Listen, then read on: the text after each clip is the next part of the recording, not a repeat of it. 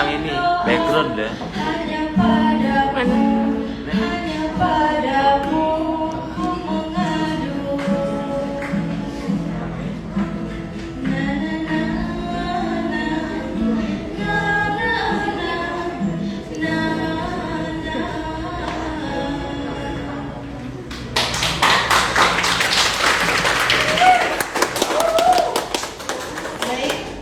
Selanjutnya kita akan membawakan lagu Om Santi Santi Santi.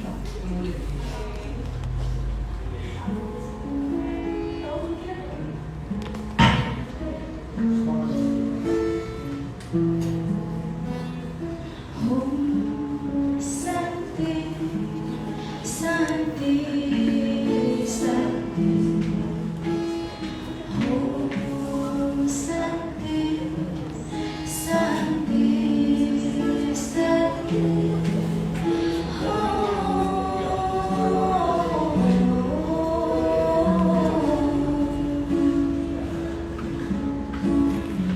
Brahma Vishnu Maheswara, Kaulah kekuatan dunia.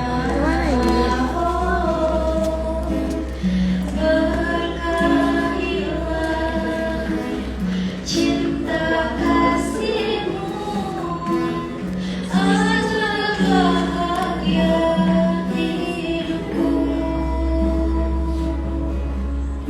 Om Santi Santi Santi. Om Santi Santi Santi.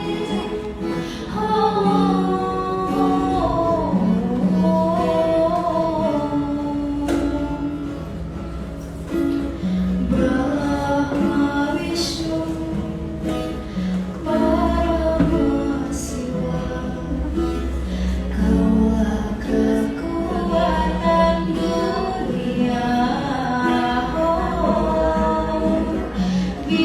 Biarkanlah Kau di hatiku, agar bahagia hidupku. Semua Ketik dulu kamu. bimbinglah.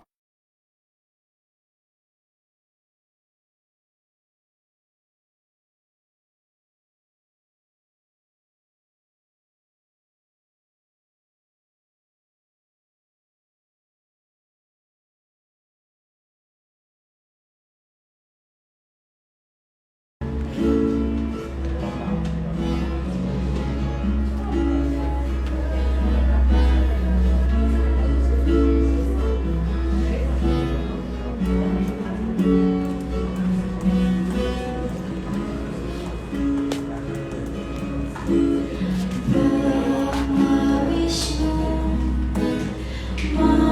Maheswara, Kaulah kekuatan dunia.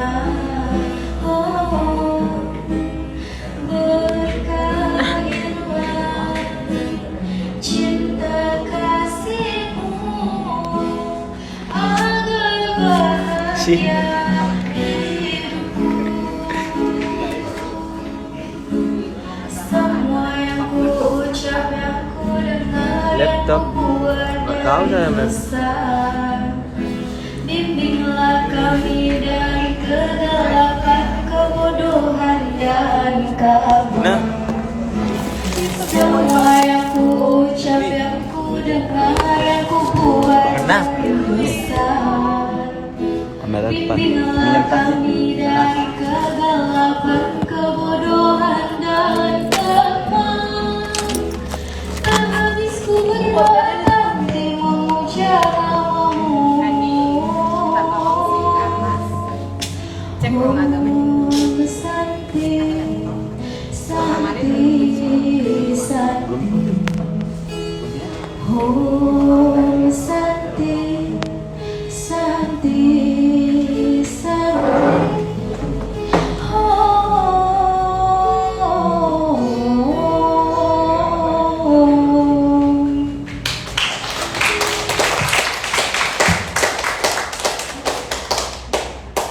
Kami akhiri dengan Param Santi. Om Santi Santi Santi Om.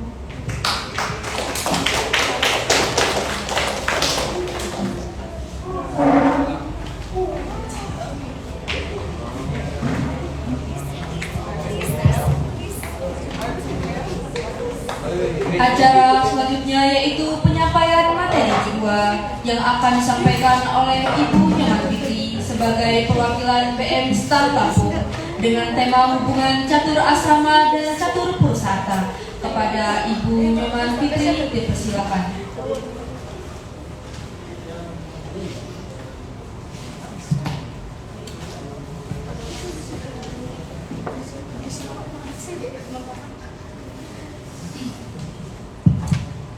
Baik, saya ucapkan selamat siang semuanya. Siang. Yang semangat dong. Selamat siang. Kalau saya bilang selamat siang, jawabnya siang. Ya? Selamat siang. Sekali lagi, angkat tangannya. Udah makan siang? Belum. Oh, belum. Yuk sekali lagi, selamat siang. Siap. Baik, saya ucapkan Om Swastiastu. Om Awigiramastu Nama Sidam Om Sidirastu Tatastu Nama Soha. Om Anubhadra Kertawiyanti Wiswata. Semoga pikiran baik datang dari segala penjuru arah. Yang saya hormati Kepala Sekolah SMA Yadika Bandar Lampung. Yang saya hormati Ibu Guru Agama Hindu di SMA Negeri Bandar Lampung, Yadika. Ini kali pertama, makanya saya grogi banget bisa berdiri di sini melihat adik-adik SMA. Ini ada yang SMP nggak? Nggak ada. Ini full SMA Yadika atau ada SMK-nya? Ada. Oh, cukup SMA. SMA dan alumni. Mana yang alumni SMA Yadika? Coba angkat tangannya. Astungkara, ada 3 orang yang datang. Lulusan tahun berapa Mbak Umi? Baru tahun kemarin. Sekarang menempuh pendidikan atau bekerja? Di Poltekkes. Saya harap yang mau lulus dari sini nantinya ada yang mampir ke kampus saya. Ada yang tahu saya dari kampus mana? Kampus mana? Apa sih Setah? Astungkara. Ada yang tahu Sekolah Tinggi Agama Hindu Lampung ada di Teluk Betung Selatan, Jalan Garuntang ya? Sering kesana nggak? Enggak. Atau ikut acara Widya Sangga kemarin? Ada yang ikut? Oh ya, ikut lomba apa? Juara?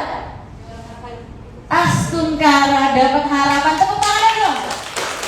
Berarti potensi anak-anak Hindu di SMA Yadika ini luar biasa. Yang luar biasa itu satu, muridnya dalam menangkap, belajar, dan yang kedua, gurunya dalam penyampaian. Tepuk tangan dulu dong untuk ibu guru kita. Perlu perkenalan atau tidak ini? Katanya enggak. Ada yang sudah kenal saya? Belum. Perkenalkan, nama saya Nyoman Fitri. Saya asli dari Lampung Selatan. Ada yang dari Lampung Selatan? Coba mbaknya dari mana? Bali Nuraga. Salam kenal, saya dari Natal. Yang ini? Saya dari Kalianda. Kayaknya pernah ikut Pasraman Kilat Prada? Enggak. Prada Lampung Selatan? Enggak ikut. Baik, salam kenal yang dari Lampung Selatan. Kita semua adalah saudara. Apa? Kalau kita saudara namanya tadi apa? Apa? Ya betul, nyamuk. Tapi dalam tadi kata Pak Ketut Ataya apa disebutnya? Wasudewa Kutumbakan. Baik. Lanjut ke perkenalan saya. Saya adalah seorang mahasiswi Setah Lampung. Saya masih dalam tahap Brahmacari juga, masih tahap belajar. Di sini saya ingin berbagi ilmu pengetahuan yang saya miliki, hanya sekedar sharing. Tidak bisa sesempurna Bapak Ketut Ataya yang jelas beliau seorang sarjana, S2 lagi kan, saya S1 aja belum selesai, lagi proses, ya, on proses. Nah, di sini saya penyampaiannya tidak lama karena saya tahu kalian juga lelah mungkin. Mau tidur siang ya? Atau mau jalan-jalan, ini kan weekend gitu loh ya. Oke, nanti malam jangan lupa ke kosan saya ya. Boleh, apa sih yang nggak boleh? Nah, jangan panggil ibu ya. Saya ini masih muda. Saya tadi ada yang bilang kalau saya itu anak SMP. Emang masih cocok ya? Makasih loh, berarti saya muda gitu kan. Atau karena saya pendek ya? Lawan sama kalian-kalian yang di sini tuh ya, kalian tuh tinggi-tinggi, cantik, modis. Kalah sama saya. Emang kalau saya masuk kampus itu pas corona, jadi tidak lama di Bandar Lampung, tidak lama beradaptasi di Bandar Lampung. Jadi kumpul tugas pulang ke kampung, kumpul tugas pulang ke kampung. Jadi tidak mengenal bagaimana sih cara bergaya di kota. Tapi ingat, sesuaikan dengan perekonomian kita masing-masing. Kalau emang ekonominya bagus nggak masalah.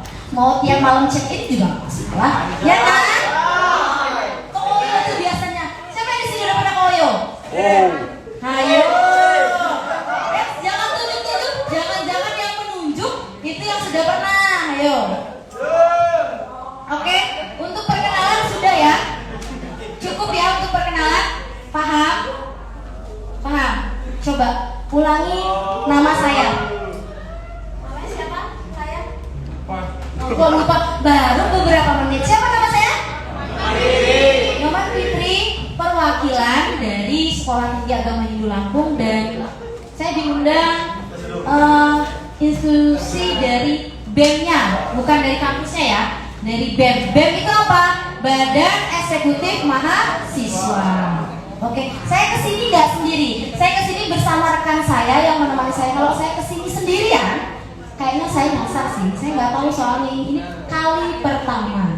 Teman saya sama satu angkatan namanya Kak Susmita Sari. Beliau Jawa Hindu. Ada yang Jawa Hindu di sini? Nyame, kalau bahasa kita nyame. Oke. Baik. Sebelum ke materi, hari ini kalian ini sedang mengadakan acara apa sih? Dharma Santi. Dharma Santi itu apa? Ada yang tahu Dharma Santi? Dharma artinya kebenaran, Santi yang artinya damai. Ya udah, satukan. Dharma Santi adalah kebenaran, kedamaian. Nah, Dharma Santi ini, kita ambil contoh kecil ini adalah sebuah ruangan atau sebuah forum membangun kebenaran, menceritakan tentang kebenaran untuk menimbulkan apa? Sebuah kedamaian. Ya? Apa temanya hari ini? Melalui Dharma Santi kita tingkatkan generasi yang berkarakter, pelajar Pancasila. Sudah dibahas panjang kali lebar oleh Bapak Ketut Ataya beserta sastra-sastra Hindunya sudah disampaikan, dilantunkan. Nah, di sini saya akan melanjutkan sedikit mengenai hubungan catur asrama dan catur purusarta. Sudah sering dengar ya? Atau sudah belajar? Oke, kertas yang dibagikan simpen dulu. Saya punya kertas beda. Tadinya saya mau buat PPT, tapi di PPT hanya ada 2 slide, jadi rasanya nggak usah dia untuk ditampilkan. Jadi saya printkan saja. Kalian tahu ini apa? Orang naik tangga. Gambar. Gambar orang naik Tangga. naik tangga. Kira-kira apa sih hubungannya sama konsep yang akan kita pelajari? Pertumbuhan. Naik tangga. Pertumbuhan. Tingkatan. Misal contoh, mau SMA, ujungnya ada SMA ya. Kira kita kira-kira harus melewati tingkatan apa? TK, SD, SMP, SMA. Kalau mau kuliah boleh kuliah itu. Nah, misal ujung paling akhirnya adalah kuliah, berarti bisa disimpulkan apa? Tingkatan ini akan menunjukkan atau membawa kita ke tujuan akhir kita, ya kan? Iya atau enggak? Nah, ini sudah benarkah tujuan hidup kita? Sudah sesuai atau belum? Jangan sampai kalian lagi masanya brahmacari tapi sudah melakukan kegiatan-kegiatan asusila. Brahmacari kan tugasnya belajar. Tahu-tahu kalian karena sudah punya pacar melakukan hubungan suami istri, kan itu sudah tidak baik. Itu sudah tidak sesuai dengan tahapannya. Kalau tahapannya brahmacari, ya belajar, menempuh pendidikan yang baik dan benar, dan sesuai landasannya dan paham dengan kedua gambar ini? Paham. Yang satu membahas tentang tingkatan, ini tangga ini. Yang satu membahas tujuan. Kita bahas satu persatu. Tingkatan. Dalam konsep ajaran agama Hindu kita kenal dengan catur asrama. Catur yang berarti apa? Kalau tri artinya 3. Eka Askuntar. Ada yang bilang 2. 2 apa coba 2? Dwi. Nah, kembali catur 4. Asrama? Asrama apa? Tingkatan. Asrama? Tingkatan. Tingkatan atau jenjang. Jadi catur asrama adalah 4.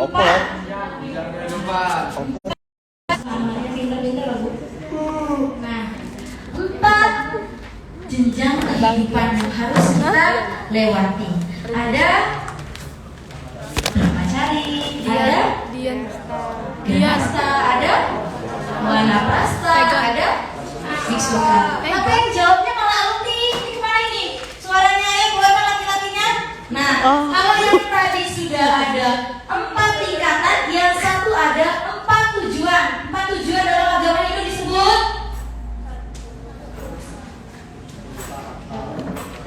berusaha aja. Coba catur berata. Ayo lagi catur perusahaan. Ada lagi 4 tujuan hidup kita. Catur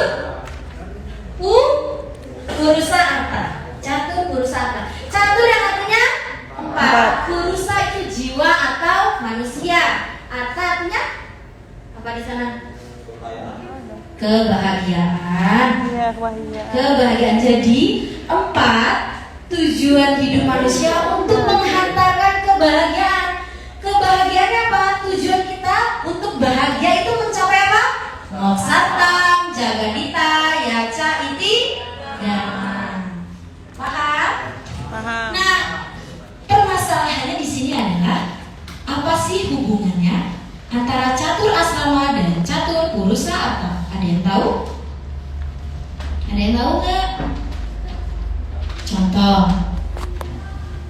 brahmacari adalah tahapan mencari ilmu pengetahuan. Ilmu pengetahuan itu tadi harus seimbang. Ilmu pengetahuan duniawi dan rohani. Rohani ini contohnya seperti ini.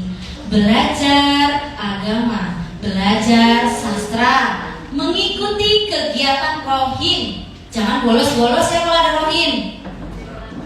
Dan apalagi kegiatannya? Biasanya kalau di luar ada namanya pasraman. Tapi orang tua zaman sekarang banyak memfokuskan anak remaja itu untuk mengikuti ekstrakurikuler di luar daripada mengikuti kegiatan rohani. Ekstrakurikuler di luar, les bahasa Inggris, les renang, les drum band, les ini, les itu. Itu boleh, tapi harus diimbangi dengan kegiatan rohaninya. Seperti kegiatan rohani yang di sekolah 1, 2 yang di masyarakat ada pasraman. Kalau mau ikut lagi remaja 18 tahun ke atas ada namanya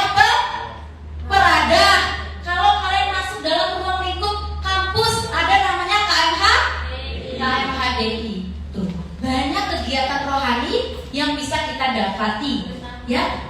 Belajar ilmu pengetahuan itu harus seimbang. Dan sebagai Brahmacari, hubungannya dengan catur Purusarta itu dengan apa? Kira-kira dari 4 itu, Dharma, Artha, Kama, Moksa. Kira-kira Brahmacari itu berhubungan kemana? Anak panahnya kira-kira kemana? Ke Dharma. Kita itu harus berlandaskan Dharma, berlandaskan kebenaran. Ya, menuntut ilmu itu harus berlandaskan kebenaran. Jangan sering nyontek, itu udah kegiatan asumsi. Dharma. Ya, kalau emang nggak bisa belajar dengan temannya, belajar kelompok. Ya, itu.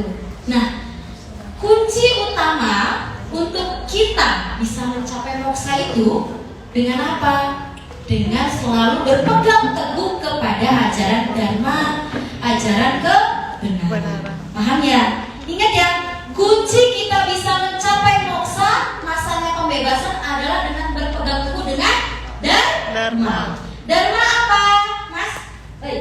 Dharma apa? Makanya jangan tengok-tengok di sini loh pematerinya. Dharma apa? Masa nggak tahu? Dharma kebenaran. Baik. Jadi sekarang Brahmacari harus berlandaskan Dharma. Di situ anak panahnya mengarah lagi ke Artha dan Kama. Kenapa? Kenapa bisa begitu? Nantinya diharapkan bagi seseorang, bagi remaja ini, ketika menempuh pendidikannya berlandaskan Dharma. Kalian punya tujuan kan kalau sekolah akhirnya mau jadi apa? Punya cita-cita kan? Berarti itu sebuah tujuannya kan? Nah, cita-citanya jadi apa? Dokter, polisi, perawat, bisa. Nah, itu kalau mau mencapai jadi dokter, haruslah kita berpegang teguh dengan Dharma, belajar agama yang baik dan benar, melakukan kewajiban kita, sembahyang, ya, agar kita diberikan kemudahan dalam mengerjakan segala sesuatu. Nah, dari pekerjaan atau tujuannya menjadi dokter akan membawa kita ke arah Artha nantinya, dapat penghasilan. Masa iya mau jadi dokter gak dibayar kan? Ya, penghasilan itu gunanya kita bawa nantinya untuk ke masa menikah, masa grahasta. Ya, kalau kita sudah punya penghasilan, pasti kita punya keinginan. Udah punya uang kok, saya mau kayak teman saya lah, HP-nya boba, bulat-bulatnya yang 3, kan gitu. Itu namanya keinginan, manusiawi namanya. Tapi tetap landasan pertama kita sebagai Brahmacari berlandaskan Dharma. Hubungannya yang utama adalah dihubungkan ke Dharma. Setelah Dharma kita baik, lancar, pasti akan dimudahkan dalam mencari Artha dan Kama. Dan ketika seorang Brahmacari tekun dalam ajaran agamanya, berpegang teguh dalam ajaran agamanya, tidak nyeleneh. Contohnya, punya pacar beda agama, ikut pacarnya. Apakah dia ini bisa membawa ke jalan moksanya? Kan tadi tujuan akhirnya mencapai moksa, sedangkan dharmanya saja sudah nyeleneh. Ya, mau pindah agama katanya. Apakah bisa mengantarkan ke moksa? Enggak. Jadi, kalau kamu mau sampai ke moksa, benarkan dulu dharmanya, landasan utamanya ya. Paham? Nah, paham. Lanjut yang kedua. Tahapan kedua ada apa? Grahasta.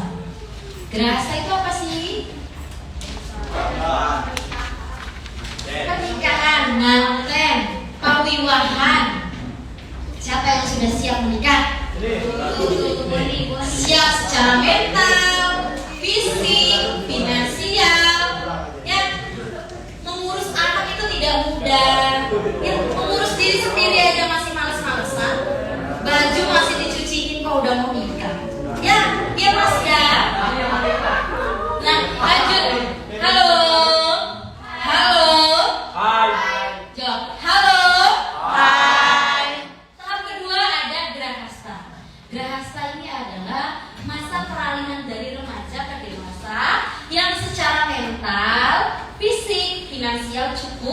dan dia bersedia untuk menikah. Ya, paham ya? Masa grahasta ya? Tadi juga sudah dijelaskan. Harus berapa umur-umur yang cocok dalam menikah, sudah matang secara finansialnya ya. Nah, kalian lihat bagan atau skema yang sudah saya buat di sana. Grahasta juga anak panahnya mengarah ke dharma. Diharapkan perkawinan kalian berlandaskan dharma. Ya, ada namanya dharma sampati nantinya, di mana seorang suami istri itu akan menjalani dharmanya, kebenarannya, dan menjalani yatnanya. Kalau sudah bersuami istri, punya sangga sendiri, harus rajin membanter, ya kan? Nggak mungkin ngandelin ibunya yang terus di rumah harus membanter. Ya. Kalian sibuk main tajen keluar, ya jangan seperti itu. Makanya sudah harus disiapkan secara mental, finansialnya. Nah, grahasta itu di sana saya arahkan ke dharma. Menikah harus berlandaskan dharma. Dan menikah pun tujuannya untuk mencari arta. Nanti arta ini digunakan untuk memenuhi kebutuhan kalian. Ya kali kalian nggak beli baju buat galungan. Galungan emang nggak pakai prasarana dan sarana. Membeli buah-buahan pakai apa? Pakai daun kan nggak mungkin. Pakai duit. Nah, dan yang terakhir tuh kamanya, hawa nafsunya. Menikah itu ada 3 tujuan. Susah banget tangan saya. 3 nih, 3 tujuan. Ada 1 dharma sampati. Yang tadi sudah saya jelaskan, dharma sampati itu kegiatan suami istri untuk menjalankan yatnanya. Menyama braya biasanya kalau di Banjar ya. Nah ya. Yang kedua ada praja. Praja itu apa? Untuk menciptakan sebuah tahu loh mamasnya, aduh suka deh, pintar berarti. Nah, praja itu untuk menciptakan sebuah keturunan. Kalian menikah itu tujuannya apa? Punya keturunan kan? Punya anak. Nah, dalam Hindu mempunyai anak itu yang baik itu disebut anak yang suputra. Su artinya baik, put artinya sengsara, dan ratu artinya penyelamat. Putra suputra artinya anak yang baik yang mampu menyelamatkan kedua orang tuanya dari kesengsaraan, dari belenggu neraka. Jadi punya anak itu kalau berlandaskan dengan dharma, gimana mas tuh akan membawa orang tuanya ke jalan moksa, tujuan terakhirnya. Jadi kalian sebagai anak harus bisa menjadi anak yang baik, nurut dengan orang tua, menjalankan kewajiban. Bukan hanya ibu loh yang boleh membantu. Kalian kalau ibunya lagi curhat, kalian boleh menggantikan posisi ibunya. Laki-laki juga boleh memasak, jangan perempuan aja ya. Semua pekerjaan harus bisa dihandle. Oke. Nah, ada 3, dharma sampati, praja, dan rati. Yang terakhir rati. Rati itu apa? Rati itu adalah menikmati arta dan kamanya. Tuh. Dari 3 tujuan pernikahan dalam agama Hindu, itu ada salah satunya untuk menikmati arta dan kama. Arta sudah pasti menikmati kekayaan yang dia miliki. Kamanya apa? Menikmati kepuasan secara biologis, kepuasan seksual. Sudah punya suami istri, berhak dong melakukan apa saja. Malah yang tidak berhak, kalian yang masih pacaran sudah melakukan yang hubungan seperti suami istri, itu yang tidak boleh. Paham ya? Nah, kalau kalian masih pacaran, sudah melakukan hubungan suami istri, kalian punya anak, apakah anak itu bisa menjadi anak yang seputra nantinya? Kalau kalian punya anak di luar pernikahan, baguskah itu? Jadi kita harus sesuai tahapan ya. Ingat ya, kita harus berjalan sesuai tahapan agar bisa mencapai sebuah tujuan akhir kebahagiaan kita, yaitu moksatan jagadita ya Cak? Bagus. Yang ketiga ada wanaprastha. Capek deh ngobrol terus. Coba ada yang mau ngejelasin nggak hubungan wanaprastha dengan catur purusarta yang lainnya? Ada yang mau ngejelasin? Ayo, alumninya boleh. Adik-adiknya boleh. Ada yang bisa, nanti kalau bisa dapat door prize katanya. Mau nggak? Kalau yang bisa nanti dapat door prize. Mau? Ada yang bisa? Mbaknya? Kok nggak mau sih? Takut ya? Iya. Nggak bisa. Warna prasta artinya apa? Warna prasta, coba dibaca di sana, ada nggak? Nggak ada ya. Warna prasta itu masa peralihan. Masa peralihan kita melepas keterikatan keduniawian kita. Biasanya tuh untuk masa-masa sepuh. Biasanya kalau orang sepuh kan sudah mengurangi pekerjaan duniawinya, lebih belajar ke Sanskertanya, belajar agama lebih dalam. Ya, bagaimana sih kalau kalian bertanya-tanya, bagaimana sih caranya kita untuk sampai ke warna prasta? Caranya dengan apa? Terpenuhi dharmanya, agamanya, terpenuhi artanya dan kamanya. Karena di masa warna prasta dia akan mengurangi keinginan-keinginannya yang duniawi. Dia sudah tidak ingin kemana-mana, dia sudah tidak ingin beli HP, dia sudah tidak ingin beli baju baru. Fokusnya sudah ke agama, belajar kitab suci dan lain sebagainya. Biasanya contohnya yang sering saya lihat itu seorang pemangku. Itu kan dia sudah fokusnya lain ya, dia sudah belajar keagamaan lebih dalam. Cara dia berpakaian pun kita sudah bisa lihat. Dia lebih suka menggunakan kamben. Kalau berkunjung ke rumah orang, jarang loh kalau orang yang sudah masuk ke warna prasta dan biksuka itu biasanya pakaiannya sudah berbeda. Ya, itu bedanya dengan masyarakat biasanya. Biasanya orang yang masih mengejar arta dan kamanya sibuk bawa tas ke sana kemari. Yang entah dia kerja kantoran lah, yang entah dia hanya seorang petani, entah suka deres karet, kan gitu ya. Nah, maka dari itu tadi Pak Ketua juga sudah bilang, carilah harta sebanyak-banyaknya sesuai landasan dharmanya.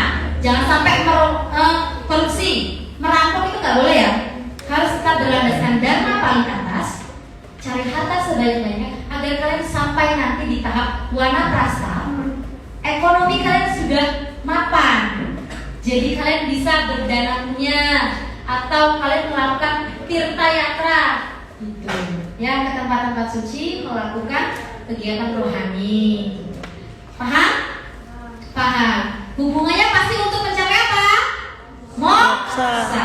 Yang terakhir ada biksuka atau sannyasi.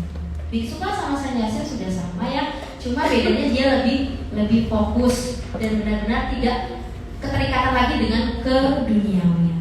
Dan pasti tujuannya adalah moksa. Oke, paham semuanya? Paham? Paham ya? Coba dari yang saya sampaikan tadi, ada yang bisa menyimpulkan? Kesimpulan dari yang sudah saya sampaikan. Ayo beli-belinya. Ayo beli. Siapa namanya beli? Agung. Mau masuk stand nggak? Hah? Oh, udah dong. Bagus sayang sekali ya. Bungkus nanti. Pakai karet 2, 1, 3. Oke, ada yang bisa nggak menyimpulkan apa sih hubungan catur asrama dan catur purusarta ini? Kamu deh yang bilang apa anak SMP? Kalian mau banget yang bilang apa anak SMP? Dia nih. Siapa namanya dia? Ada yang tahu? Dia. Gak apa-apa kan? Jadi kita akrab kan sekarang ya? Ya nggak? Terus duduk. Cheers. Oke, kesimpulan dari apa yang saya sampaikan ini, saya besar harapan saya kepada generasi muda untuk bisa mengimplementasikan catur asrama ini dengan catur purusarta. Jadi kalian hiduplah dengan tahapan. Mau SMA aja kalian harus SD, nggak bisa ujuk-ujuk SMA ya. Nah, maka dari itu hiduplah dengan tahapan yang baik dan benar berlandaskan dharma. Ingat, pokoknya harus berlandaskan dharma. Karena dharma itulah yang akan membawa kita ke moksa. Paham ya? Paham? Ada yang mau ditanyakan? Tidak. Ada yang mau ditanyakan? Ada. Masa nggak ada?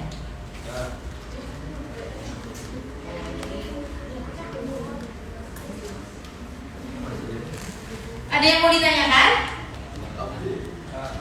Cukup. Kalau cukup, saya minta satu tugas. Tapi tugasnya akan dipresentasikan di sini.